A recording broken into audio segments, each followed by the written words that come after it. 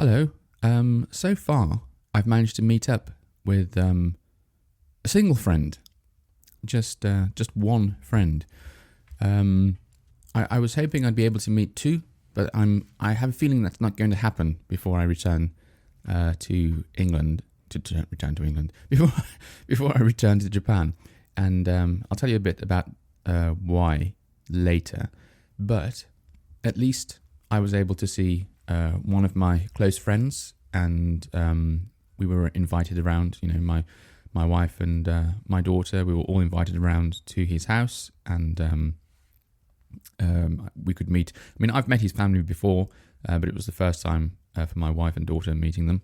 So that was really nice. He's got a son who's a bit older, a few years older than my daughter, and two girls who are quite a bit older than my daughter. But yeah, it was just really nice meeting up and seeing everyone and being able to introduce my daughter to his family and all of that kind of stuff, really, and catching up. It's not something I've been able to do for a long time, obviously. Although I will say that, like, even when I was living in England, we didn't meet up too much. We did, but it wasn't like a regular occurrence. You know, we weren't meeting up. Actually, tell a lie. At some point, we were meeting up practically every week. But as I don't know, time sort of moved on, things changed, and maybe we drifted apart a bit more. And in the end, we were sort of meeting up probably like once a year or once every half a year or something like that. And as it happens, I'd never like actually gone round to his new house. I'd been to the house he used to live in before quite a few times, but it was the first time seeing this new house. So yeah, just really nice to catch up and see how he's getting on and where he's living now. And he was keen to show me his new car. So my friend, I think he has a lot of money, a lot more money than I do. I think he earns more money than I do, you know, at his job. And his wife is also working as well. And I think she earns more than him. So yeah, he's got a lot more money than I do. And every time I see him, he seems to have a new car. Maybe not new as in like I've just bought a brand new car. You know, it's a used car. But I mean new as in like he's changed it again. I can't remember.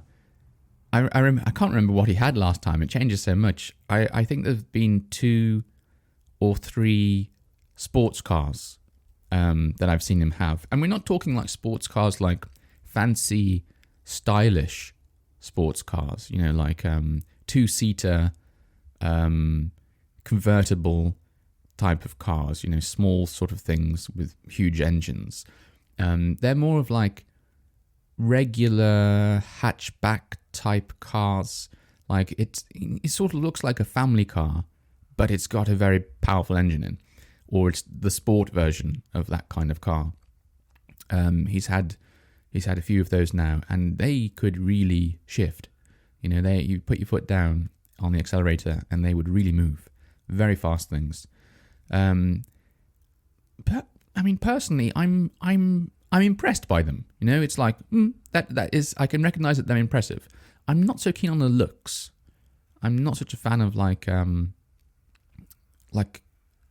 aggressive type looking cars, which seems to be quite the fashion now. I prefer like nice sculpted, smooth shapes, I suppose. I mean, I happen to think like the older cars, you know, like cars in the 70s, like a Jaguar E-Type, look a lot better than most of the cars do today. So that might be one of the reasons why, but I don't know. I just think modern cars look a bit like spacey, a bit futuristic, like they're trying too hard. They could make them like simpler, and I think that would look nicer. Anyway, despite, you know, not being such a fan of these style of cars, I'm still impressed by the performance they can put out. But at the same time, it's not something I would buy personally, because I don't really have, well, apart from the cost, I don't really have any need for that speed. Maybe it's useful. It is useful to have a car that can perform a bit. So if you're, I mean, in England it's useful. I can't see the need for it in Japan. In England, we have lots of roundabouts, and sometimes you're at a roundabout and there's a car coming and you want to pull away before the car comes. And sometimes, if you've got a bit of a powerful car, you can do things. You can accelerate quickly and do things that you wouldn't do in a car with less power. But if you're living somewhere like Japan, where I've never really seen any roundabouts, just traffic lights everywhere. I don't think there's any need for that. Like, ooh, I've got to get away quickly. Like you're sort of waiting for all this traffic coming and coming and coming. And it doesn't stop. I mean, most roundabouts, there are no traffic lights on. So you can just see like there's cars coming and coming and coming. And sometimes you just want to go. So, you put your foot down and go a bit quickly. So that kind of like looking at the traffic coming and go. I don't recall needing to do that in Japan. I suppose the closest thing is when you've got like... when, I don't know, you're at traffic lights and you're trying to turn right, and then all the traffic keeps coming, and you're waiting for a break in the traffic, and then you can go. Yeah, I suppose you could use it then. It just feels like it's not as not as needed as it might be in England, just because there are so many roundabouts. I don't know why. Why have we got so many roundabouts in England? Anyway, like I said, I'll admit that it can be useful trying to get out of a situation more quickly if you've got a powerful car, I suppose. Although I will say that these cars he had were a lot more powerful than that. Still, I don't think you need quite that much power. But anyway, there's the kind of cars he likes, and he was keen to show me his new car. He'd bought a Tesla, and I don't know which model it was. I'm not particularly interested in Teslas, to be honest. Although I will say, at least most of them don't look, aggressive. They're a bit more sculpted, a bit more like smooth contours and things like that. So I suppose that's something going for it. And I do like the idea of driving an electric car. I don't think I would enjoy it as driving a manual petrol car as much, but just better for the environment. It's like the future, isn't it? It's the way we should all be going. But anyway, he took me out in this car, and it was very fancy. On the dashboard, there aren't any controls. There's just a giant tablet, like a huge, I don't know how big it was, 13-inch screen. So it looked incredibly futuristic. It was sort of like, to be honest, exactly what I don't want in a car. I actually want real knobs and dials and controls on the dashboard. I mean, it's a bit weird. I'm a programmer, software engineer. I know technology a lot better than many people, I should imagine, and it's my job to create software. But when it comes to actually what do I want, it's usually not to have to go into loads of menus to try and change the how hot or cold it is in the car, or to go into menus to change a radio station or something. The car I've got at the moment, part of the reason I chose it, I mean, it's pretty old, like I said, I don't know, over 10 years old. Part of the reason I chose it is because I've got all those controls. I don't have any fancy like climate control, where the temperature is automatically controlled. You just set like I want it at 24 Celsius or whatever it is. I don't have any of that. I've just got a dial for fan speed, a dial for temperature, and there's another dial.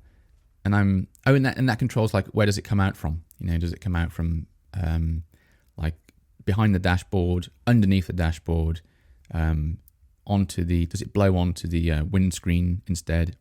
And if I want to change the radio, there's just buttons for all these presets. So, no menus to go through. I don't have to, it's not like I'm stuck on one screen and then I have to go into another screen to be able to change something. Whatever I want to do is just instantly accessible. And that's the advantage that real physical buttons have over all this digital nonsense. But, each to their own. I mean, some people must like this, otherwise I suppose they wouldn't buy these cars. So perhaps Perhaps I'm just the odd one out with a strange opinion here. Anyway, this car, like I said, he took me out for a drive, and he wanted to show me how fast this one was. And we were at some traffic lights, quiet, country road, nothing around really, just us. And traffic lights changed to green, and he put his foot down. And oh my God, I was not prepared for the speed, for the power that this car could put out. It was by far the fastest car I've ever been in. Well, we're not talking about top speed, like I don't know, but I'm talking about the fastest acceleration. It was absolutely unbelievable. The closest thing that I have experienced to that, the acceleration on that car, is actually at a theme park. A theme park in England called Alton Towers, where there's a ride called Rita. I think it's called Rita, the Queen of Speed, and it's it looks like a roller coaster, but it uses electromagnets to propel the car from 0 to 6. Well, the car, like the, what am I trying to say? Like the roller coaster car, from 0 to 60 miles per hour in some ridiculous time. It really does shift you forwards. It's crazy speed. And I don't know, I'm guessing that this car was not too far off what that could do. It really did shift. And unlike if I go on this ride, this theme park ride, this Rita, it's like thrilling, but I feel safe, because it's on a rail. It can't go off the rail, well, unless it's broken. It shouldn't do. But you're strapped in. If you feel very safe on those kind of rides, I do anyway. I did not feel safe in my friend's car because it could just go so fast. And we were on a road, and he was steering, yes, but obviously cars can go anywhere, can't they? And I don't know. It just launched so quickly. You just wonder, like, how easy is it to control the car when you're doing that? Or what if you see like a pothole in the road? Or no, what if you don't see a pothole in the road because you're so busy concentrating on trying to adjust to how quickly everything's accelerating. So yes, I remember feeling like very uncomfortable and asking if he would stop. Like, oh, that's a bit too much. That is. It was just, it was, like I said, it was impressive. I can appreciate that it was impressive, but my goodness me, I've no idea what you could do with that amount of power. That was really excessive. That was, and that's not even the fastest one. Apparently, you can get Teslas with more. Well, I want to say more engines. I suppose it is more motors. Like motors on more of the wheels, which creates more torque, and you have more acceleration. So my goodness me, I can't imagine. Well, I know I can imagine what the fastest one must be. It must be exactly like that ride at the theme park. I suppose if I had like access to like a drag strip or a disused airport runway, then yeah, great fun. But I don't know, on actual roads, I don't know if you can really like get the most out of it. If you can get the most enjoyment out of it. I don't think it's even safe to try and do that, even on quiet roads. For that kind of acceleration and that kind of top speed that it must have, you'd really want some like nice, flat, completely straight, like I said, like an airport runway or a drag strip or something like that. Anyway, I didn't get around to talking about meeting up with my other friend, did I? So I will leave that till a future episode. But until then, I hope you've enjoyed listening to this one. And until next time, bye-bye.